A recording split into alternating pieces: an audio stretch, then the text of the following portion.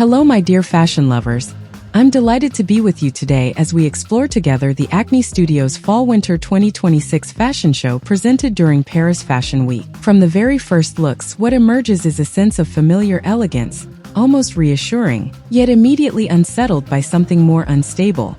You instantly recognize the codes of a classic bourgeois wardrobe: pleated midi skirts, check tailoring, polished blazers, draped dresses in muted tones. And yet, nothing feels entirely conventional.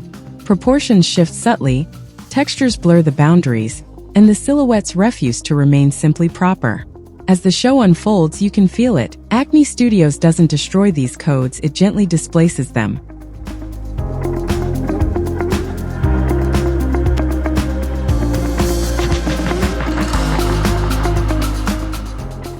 This is precisely where Johnny Johansson's work becomes particularly interesting. He doesn't caricature bourgeois elegance.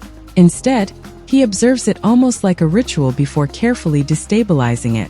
A check suit, for example, appears perfectly classic at first glance, but on closer look, you notice slightly elongated lines, subtle asymmetries, a structure that feels softened. I really appreciate this approach to tailoring. Everything remains precise and constructed, yet never rigid. The pleated midi skirts retain their structure, but their volume feels intentionally ambiguous. They preserve a certain propriety while introducing a sense of doubt. The blazers maintain their sharp appearance, yet their proportions and drape quietly disrupt that feeling of control. This is not a fashion that seeks dramatic excess, but rather a gradual shift towards something more fragile, more elusive.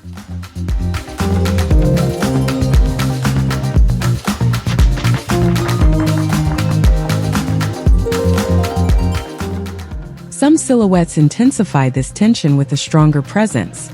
A pink satin dress, paired with a fur effect collar, brings a cinematic dimension, balancing elegance and performance. Elsewhere, draped dresses in milky tones or powdery olive shades follow the body with a studied nonchalance. Their fluidity contrasts with the rigidity traditionally associated with bourgeois codes, creating a subtle but constant tension. The boots also play a key role in shaping the silhouettes. They elongate the leg to almost unreal proportions, enhancing verticality and giving the looks an almost surreal presence at times. The accessories, meanwhile, add a more psychological layer to the collection. Structured bags, carefully tied scarves, austere glasses, everything suggests a highly codified respectability, but with a quiet distance.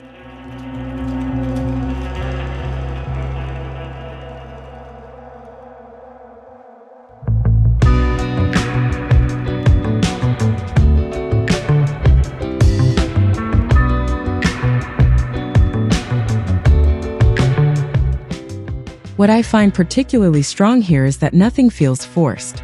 The collection doesn't aim to impress through the destruction of codes.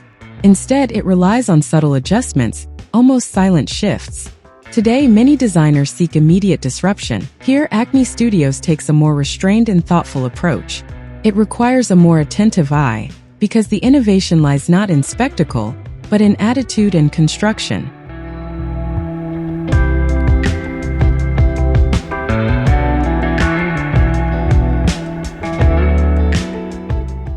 Among the strengths, we can highlight the overall coherence, the precision of the proportions, and the quality of the craftsmanship. On the other hand, some silhouettes may feel slightly too restrained, especially if you're expecting a more immediate visual impact. But at the same time, this restraint is precisely what gives the collection its authority. In the end, Acne Studios delivers a Fall-Winter 2026 collection that revisits bourgeois elegance without parodying it, making it more fragile, more fluid, more contemporary.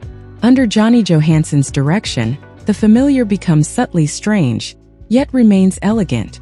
It's a collection that doesn't seek to impose loudly, but rather to unsettle quietly, and that is exactly what makes it so compelling.